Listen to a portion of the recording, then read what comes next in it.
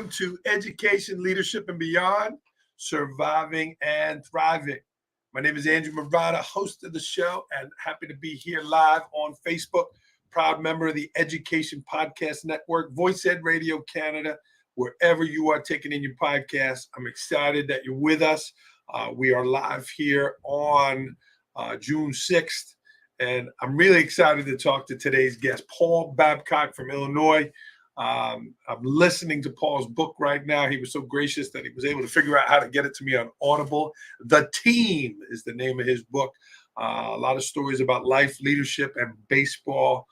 So we are going to meet Paul Babcock momentarily. He is in our waiting room right now. I do want to share, it's June, it's Father's Day. Paul's going to talk about his dad and what a great impact he had. My dad was my champion and my guy.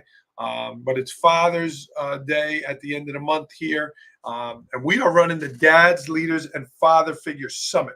It is in July. It is in Binghamton. Here's a little slideshow there.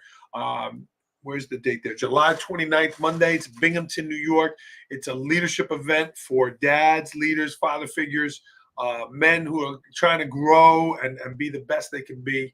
So a little advertisement for that. You can register at andrewmavrata.com or at dadsleadersandfatherfigures.com. And the registration's there. We'd love to have you. If you're a long way away like Paul, I get it. It's a long way to come. But locally here, 2-3 hours, we'd love to see you in Binghamton, New York, July 29th. It's the Dads Summit. Let's get started here on the show. The opening concept is from Paul's book, The Handshake. He had heard about Coach Gillespie. I'm mispronouncing that, Paul. Forgive me. And he wanted to play for him. And then when Paul was a youngster, he wasn't at the grade to get there yet. He meets him and he shakes his hand. And it was one of those extended shakes. And he kept holding on to Paul's hand, squeezing. And Paul described how he felt when he got to meet Coach G and what that interaction was like. And he had Paul at hello. He had him with an authentic, real, extended time handshake. And as educators, Paul's a lifetime teacher. I'm here 20 years in Port Jervis, in New York City, many years before that. There's so many things that go into authentic interactions with kids, with other teachers, with parents, making that connection. And Paul would have ran through a brick wall for that coach because he believed in him.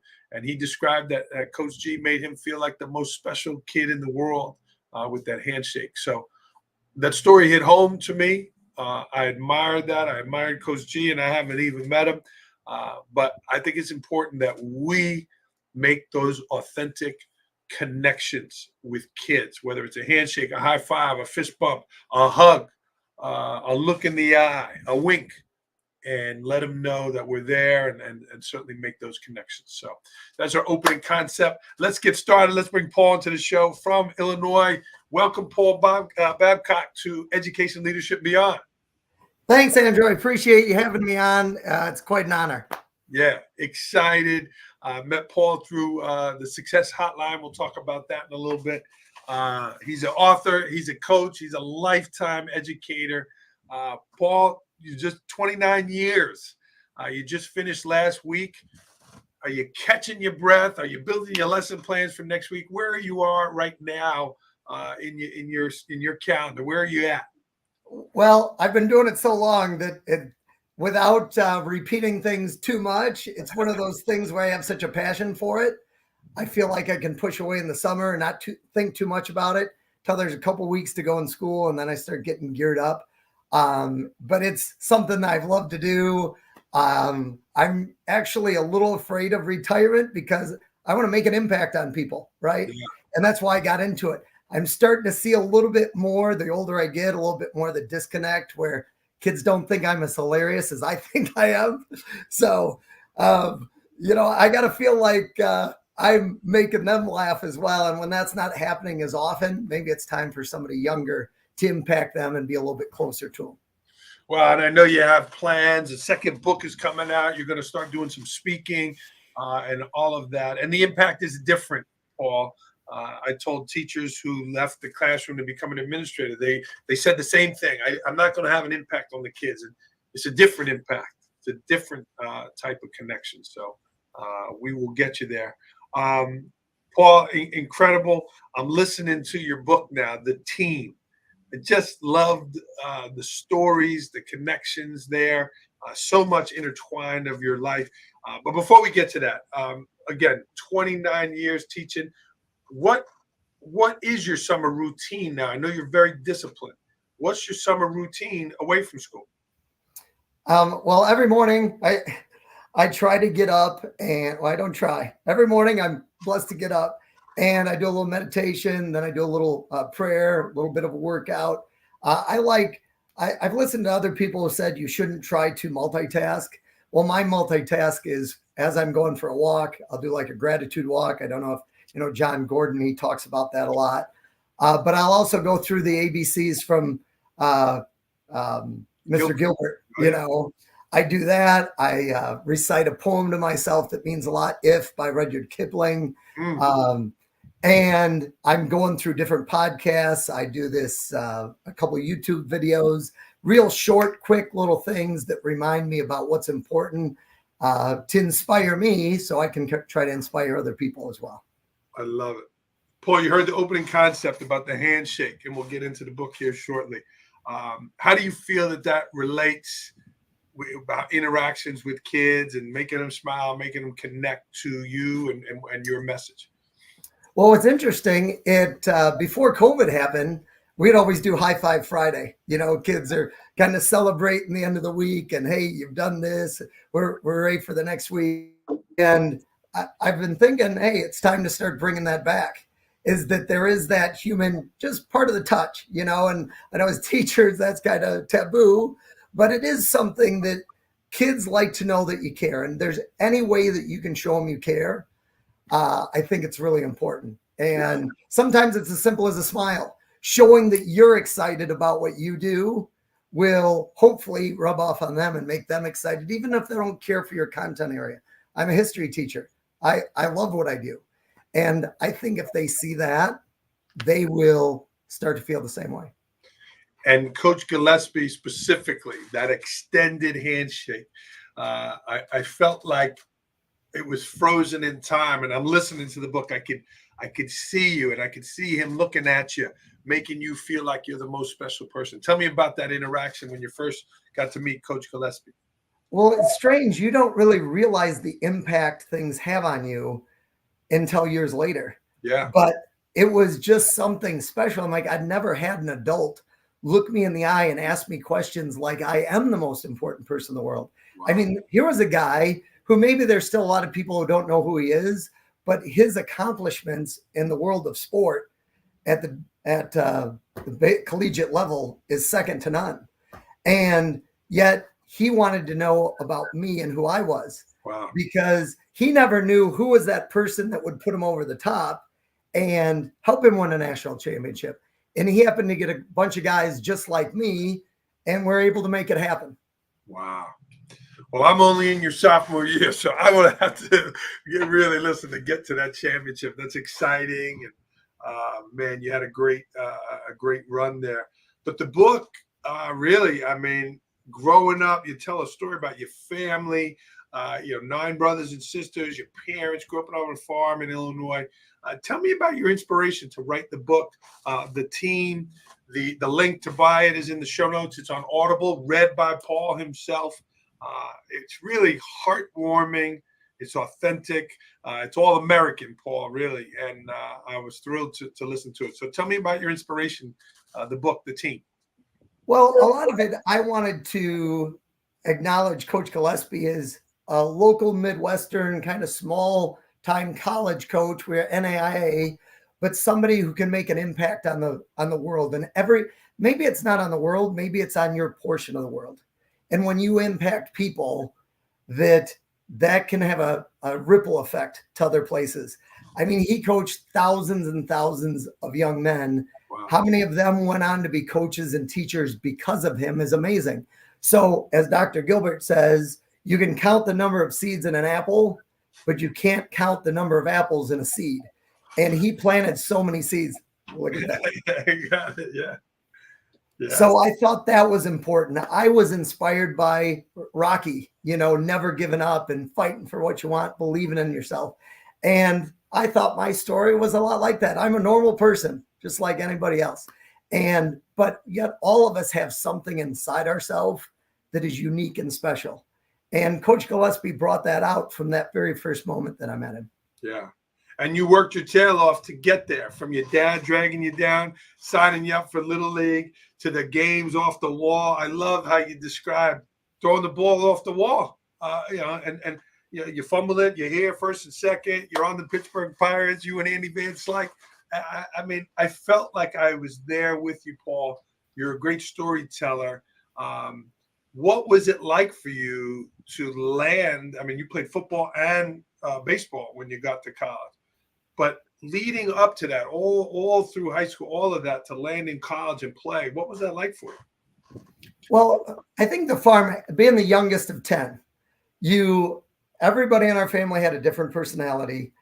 They're different people. And I think there's expensive experience and there's inexpensive experience.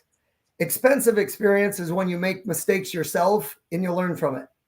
Inexpensive is when you watch other people make mistakes and you learn from their mistakes.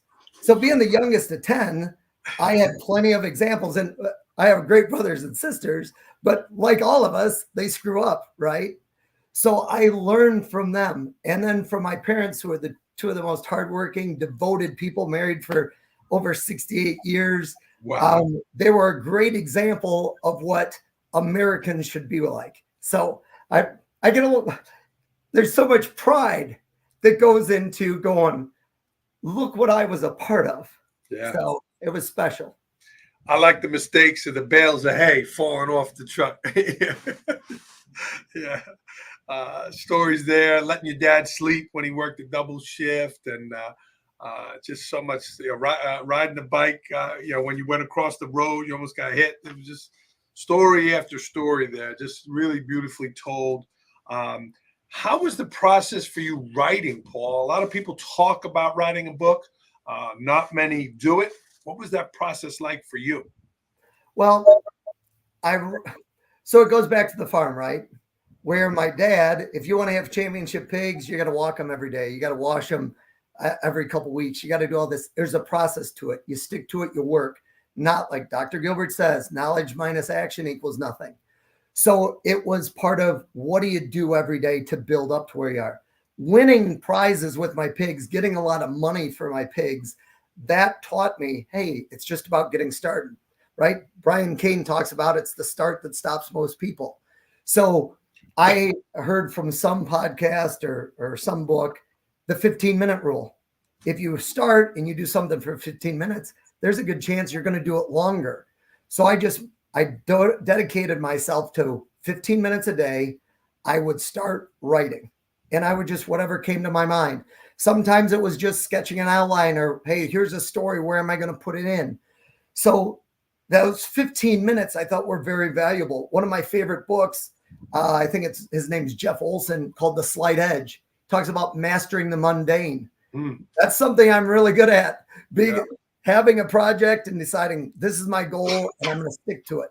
And life is pretty simple. You don't have to be some amazing person. You just have to have dedication on a daily basis. So it's not, if you got an idea in your head, it's a matter of taking time each day to do it. Yeah. And you talk about that through stories in the book about showing up to practice, again, playing through concussions, different accidents and things that happen, but you kept showing up. What was the one where your brother did you fall off the bike? Yeah, you fell off the bike and hit your head, and he said, get up. You had to get back and going. But there's a discipline there, Paul, that I think is missing in today's world, that it was refreshing to hear, which then led to a championship, which now leads to a successful teaching career. Talk to me about some of these other lessons you've brought with you from the farm. Again, your parents, 68 years married. You're telling stories of your dad. What are some other lessons you've taken with you to the classroom, as well as you now coaching? Well, I think one of the biggest my dad taught me was, I'll never forget, he was dropping me off for a Little League game. He was going to work the third shift, and he said, I wish I could watch you play. I wish I could be here. I can't. And I was a little like, yeah, no big deal, whatever. But that, I remember exactly where a parking spot was. I remember the truck we were in. I remember him just showing me he cared. And as a father, that reminded me, hey, anytime my kids ask me to do something,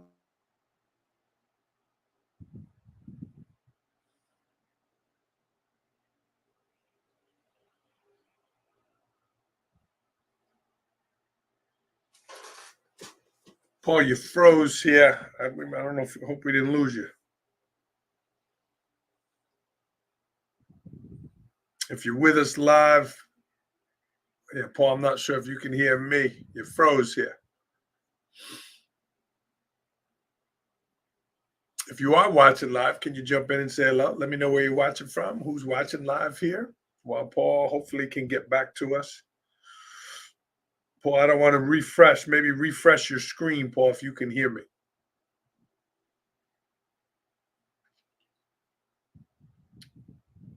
Oh, well, we lost Paul. But I am talking to Paul Babcock from Illinois, the author of The Team. He's writing a second book called Classroom Comedy, or Comedy in the Classroom. It was really interesting. I'm listening to the book on Audible, and it's just a lot of life stories in there, a lot of life lessons. Check this out. I'm going to ask Paul about it. I learned this on Success Hotline with Dr. Rob Gilbert. He's mentioned it a lot. If you're not a caller to Success Hotline, 973-743-4690. I'll say it again, 973-743-4690. That is the Success Hotline. Dr. Rob shared a story about Paul. Paul is back. Good. Let me bring him back in.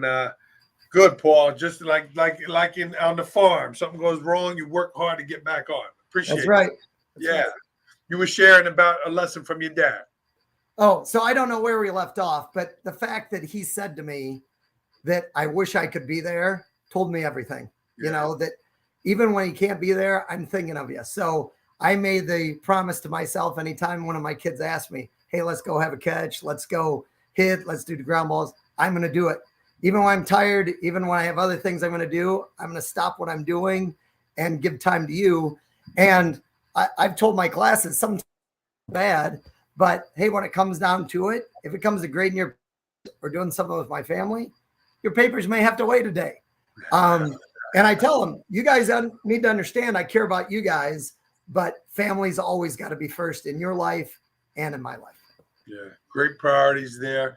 Paul, I can't help but see this giant rings flash in front as you're talking. I assume that is the championship ring there. That's correct. We Wow. By today's standards, it's not very big. I was laughing because we're at a tournament and they were giving out MVP rings that were this. I'm just like, for one game, come on, let's go. Well, tell me about what it means to put that ring on and that you have it all these years later, reflecting back on that time. What did it mean to win that national championship for you? Well, it's interesting. I don't think about it as often as I would have thought I would. Mike Ditka once said, even though I'm a Packer fan, die hard, but Mike Ditka, the coach of the Bears, once said, only cowards and losers live in the past. So if you're impressed with what you did yesterday, you must not have done very much today, right? So I try to live in the moment, but it does remind me, I get a little extra boost whenever I wear it. Like this is the first time I've worn it in several months. It's just sometimes it reminds me, hey, I accomplished a goal that I had, and it was a great time in my life. I love it. I love it. Well, I started to share the story while you were off air. Another goal you had, you wanted to do something great. You wanted to do something a little different. 1 million push-ups. And that was a goal that took 13 years. Can you tell me, where did this idea come from? How did you do it? How did that get to Success Hotline? And tell me about that journey. Well, how it got to Success Hotline is amazing to me because I went to one of his free seminars at night and I don't know what question he asked. And I just kind of brought it up. I don't know if you want to accomplish a goal. And I said, well, I did this, not thinking much of it, because my friends think I have a screw loose. I'm a little OCD. I pick something out, I'm going to do it. They know I'm going to do it. Just because, I don't know, I've always had that in me from the stories of the farm and my dad giving me that example of how to work. My mom as well. I can't leave her out of there. I mean, she raised 10 children and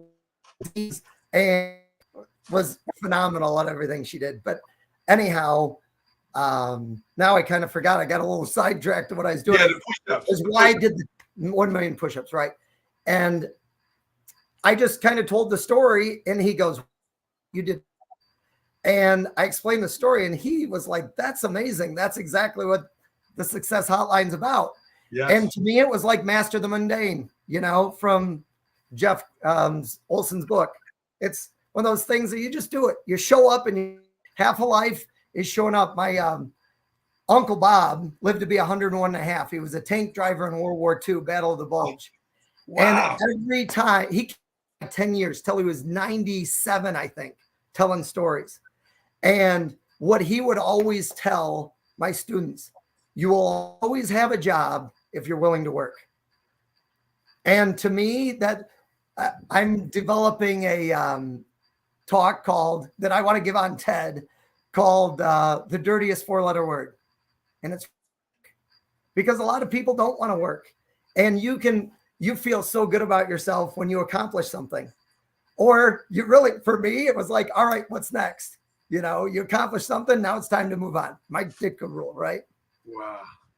So when you turned 40 and you hit 1 million, did you keep going? Do you still do push-ups every day? I actually have had 2 shoulder surgeries since then. I don't know if one caused the other. I moved on. I do a lot of pull-ups now. I think we're up to my son and I have tried to teach him the same lessons, stick to something. Yeah. I think he's over 15,000 now. He's 15 now. So he's been doing it for 3 years. Wow. And how long does it take you to do 236 push-ups? Well, I would do 26 a day, 26, when I woke up, right as I rolled out of bed, 26, brush my teeth, do some things, do another 26. Then it might be after school. I just found times throughout the day to do them. Once I was in Anaheim and I was doing push-ups at an Angels game, had the rally monkey on my back. So I always found time to do, I just do a little slash marks to see where I was. And you think about it, that's 9 sets of 26, right? That's 226. You do the math, a little over 13 years, you got 1 million. Wow. How do you eat an elephant, right? One bite at a time. When you turned 40, would you have a party? Did you celebrate? Did someone ring a bell? It's just you doing it, but that is quite an accomplishment. Did you feel like I did it? No, because it's one of those things where, okay, now it's time to move on, Yeah. But I had all the calendars there to show people how methodical it was and how you can do things if you just stick to it. And yeah, everybody cheered. We counted down. My last 10 I did solo and they counted, and it was fun. That's awesome. Number of people watching live, jump in, say hello. Whether you're coming from Illinois, you're a Success Hotline caller, or you're here locally. I think that's fantastic, Paul. Again, Gilbert went crazy 2 or 3 days in a row talking about Paul Babcock. Did that bring some attention to the book? Did it bring some attention to the work you're doing? I really don't know. I used to have this part on ACX, I think it's called, where you could chart how your book is doing and my moves. And I've kind of lost how to get to that. Yeah. So I don't really know the impact that it's had. And really, that was sort of another goal of mine is, hey, I'm writing this for me and my family to honor Coach Gillespie. And wherever it goes from there is wherever it goes. That hopefully I can touch some people and inspire them. It's in my school library now. There are people that get it there. That was the main thing, is not really what comes out of the book of, hey, I've done it. It's another thing. I can say I'm an author, which if you ask anybody, Lou Holtz once said this, nobody should write more books than they read. So, of course, I'm joking, but when I was in high school, I didn't read many books at all. My buddy laughs. He's like, how did you write a book? We didn't read anything. Well, you got great stories. That's how you wrote a book, and you captured them beautifully there. Well, and now you are a writer. I just had it here. You wrote a beautiful blog here too. We're going to publish it here on the ELB blog. But success in your hand. You had the dirtiest 4-letter word. You also wrote a very cool blog, Paul, about leadership on your hand or success in your hand. Tell me about the 5 keys of leadership on your hand there. Sure, I'll be real brief. Nothing great was ever accomplished without enthusiasm. Thumbs up. You got to be enthusiastic, right? Pointer finger. You got to know where you're going. Strongest train can't go anywhere without tracks. I'm not going to be off color here, but act as if it's impossible to fail. That's what that means. Sometimes you got to say, screw it, right? Dedication. You got to be dedicated to what you're doing. Okay. And the pinky finger, don't forget the small things. You got to have a plan. You got to execute on all areas. So that's real simple. Obviously, I go into a lot more detail on it, but it's just something I developed one day. I ran it past a buddy and he was like, oh my gosh, that's brilliant. Because your hand's always around you. There's no reason you can't remember each of those things and what they stand for. And if you want to accomplish something, you look at your hand and like, it is in my hands. So it's symbolic and yet it can be literal as well as figurative. A lot of educators watch and listen to the podcast, Paul. So maybe they're going to go to a ceremony tomorrow. Maybe they got a graduation up, a moving up. You're at a podium. You're talking to a group of people. That is masterful that you could talk because everyone's got a hand in front of them. The kids can do it. Hopefully they're not doing this in class, but everyone knows what it means. But I think that is great. And again, we're going to publish that. And I think you're on your way, Paul, in terms of impacting a new group. You've educated thousands of kids over 29 years, and things like that. I think it was great. Well done. Thank you. Yeah, I love the dedication part too. You're 68 years. Your parents. It's a beautiful thing. My uncle, so my dad's brother, they were married for 75 years, over 75 years. Absolutely beautiful. Paul, we're running out of time on the podcast here, but anything that we didn't talk about, something that you wanted to talk about? When it comes to the speaking part, what I'm looking forward to, I mean, like right now, I feel bogged down that I have talked to some teams and in my alma mater, I went and talked to the football team. And then that led to me speaking to the volleyball team, which then I spoke to the student ambassadors. I've spoken to our girls basketball team at our school. And the main thing I try to do, it's not about inspiring people as much as trying to get them to figure out how they can do it. I like people to be motivated, but I want them to figure out, well, if this guy can do it, how can I do it? And trying to give them a simple plan about how to do this, whether it's a team or an individual. I think we all have it in us. We just got to figure out how to do it. And that's what I'm hoping my next step is. I mean, I'll be 55. I'm too young to not have goals and aspirations. I'm going to continue to coach, but I'm hoping speaking is going to be hope's not a strategy, right? I got to catch myself. I got to have a plan. So I am developing a plan. I believe that when people hear me, then they're going to refer me to other people. And, hopefully here somebody hears, hey, this is a guy I'd like to hear more from. Yeah. Because I do think I have something to offer to inspire people to be at their best.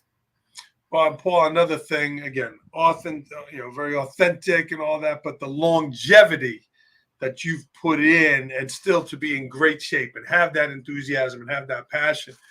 You're not limping into the finish line. You're sprinting into the finish line, and that's great to see. It's very that positive energy is contagious. So definitely from there. Again, if you're watching, jump in and say hello, introduce yourself. But I think it's great, Paul.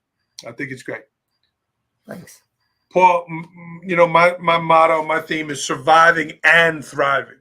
If we're going to take that word and out, and we had surviving blank thriving, what are you putting in there? What mindset, what strategy, what word, what action are you putting in there to not be just surviving, but to thrive?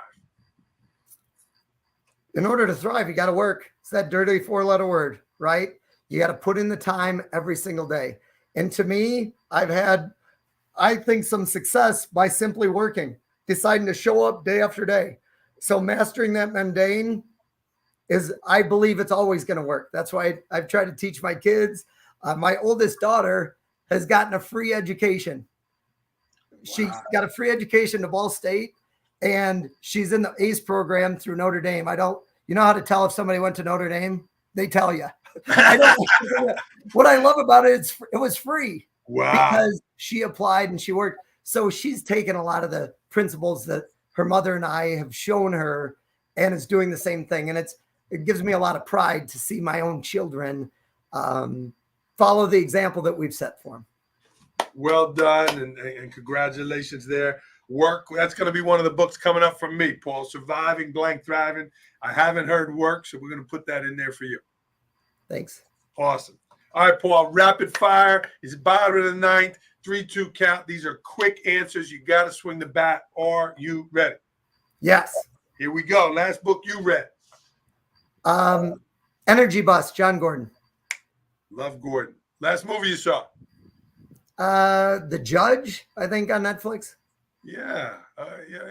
Who was in that? Duvall, Robert Duvall. Yeah. That's a good movie. He gets sick, right?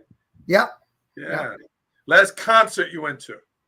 I've only been to 2 in my life. ZZ Top Eliminator and who's the country singer? Garth Brooks. Garth Brooks was the last one. Only you're not a concert guy, huh? No. Okay. Favorite dish? My mom's. I know this is dessert, but you got to start with the dessert, right? Strawberry shortcake. Nice. That they must have they cut the cake very carefully into 10. Oh, we had to make a couple of them, believe me. She had 2 pies. Nice. Favorite place to travel? To what? Travel. Favorite place to Zion travel? National Park. Any national park, but Zion National Park's my favorite. That's Utah, right? Yep. Beautiful. Your karaoke song, if you're going to get up at the bar, karaoke song. I just popped in my head. I Will Survive, I guess. Nice. This summer, I will fill in the blank. Finish most of my book. Nice. And that second book is, let's give a little plug for it. Comedy in the Classroom, a collection of hilarious things that have happened in my classroom, my friends' classrooms, my siblings' classrooms, things that teachers have said and kids have said. Awesome. I want to be part of that. I want to get an excerpt in there. A pet peeve of yours? Living below your ability. Yeah. You could tell that throughout the book. Your father, the farm, baseball. Yeah. And you maximized all you got. That's beautiful. Yeah. A recent victory? Just waking up every day and making it on my family. Not going to be perfect, but giving everything I can to show them I care, and I'll help them accomplish whatever they want. 8 a.m. on Saturday morning, I feel fill in the blank.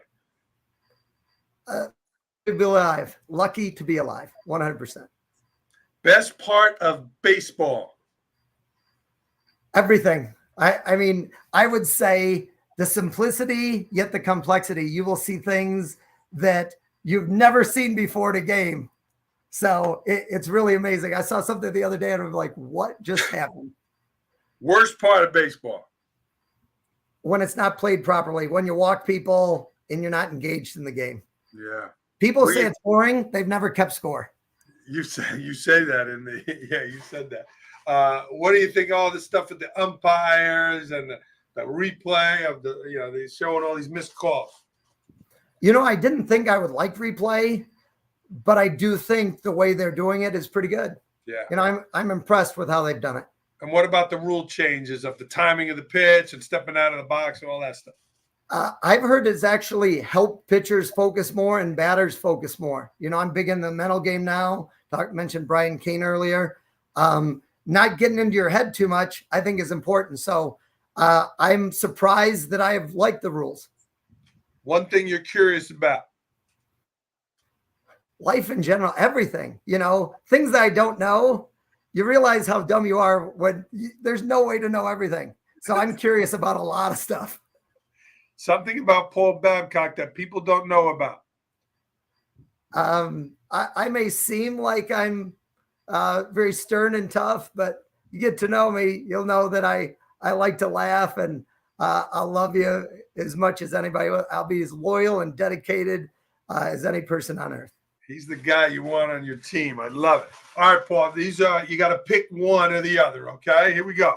Long walk or gym workout? Walk. Beach, pool, or lake? I guess a lake, because we have one on the farm. The pond, it's a pond. Yep. Yeah. Yep. You get a check for $5,000 personal to you. What are you doing with it? Guess taking my family to a national park that we haven't been to. Great answer. Book or audio book? Book. Beer or wine? Neither one. Mixed drink. Sorry. Neither one of those. Deep dish or New York style? New York. And you're from Illinois. Yeah. What happens when you go to Chicago? You get New York style? I'm just not a deep dish guy.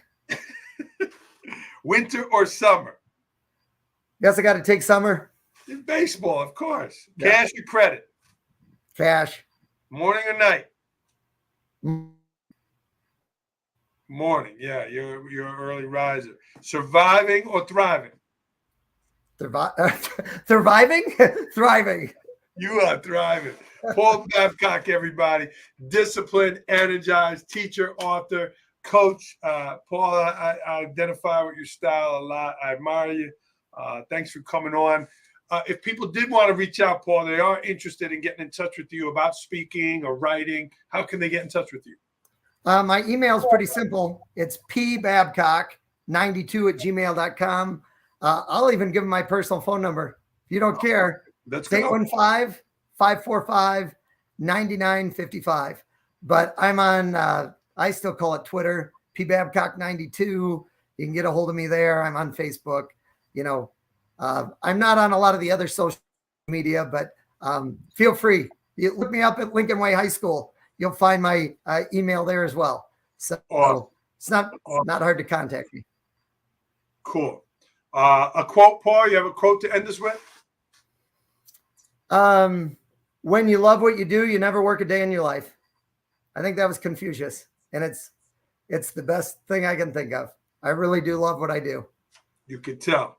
You could tell. I got to go do some push-ups now, Paul. All right, we are going to sign off. Thanks for all our viewers watching live. Paul, you're really an inspiration. Educators, I know education's in a tough time. People like you that have found out how to do it, how to treat people, how to be energized. We need you, Paul. So I thank you. Thank you. It's been a pleasure.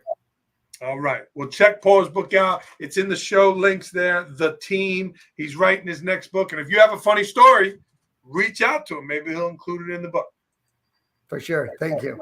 That'd be great. All right, Paul, we're going to sign off here. You stay on the line a sec. Thanks for tuning in, everybody. Keep surviving and thriving. And if I can help you in any way, don't hesitate to reach out. Thanks for tuning in.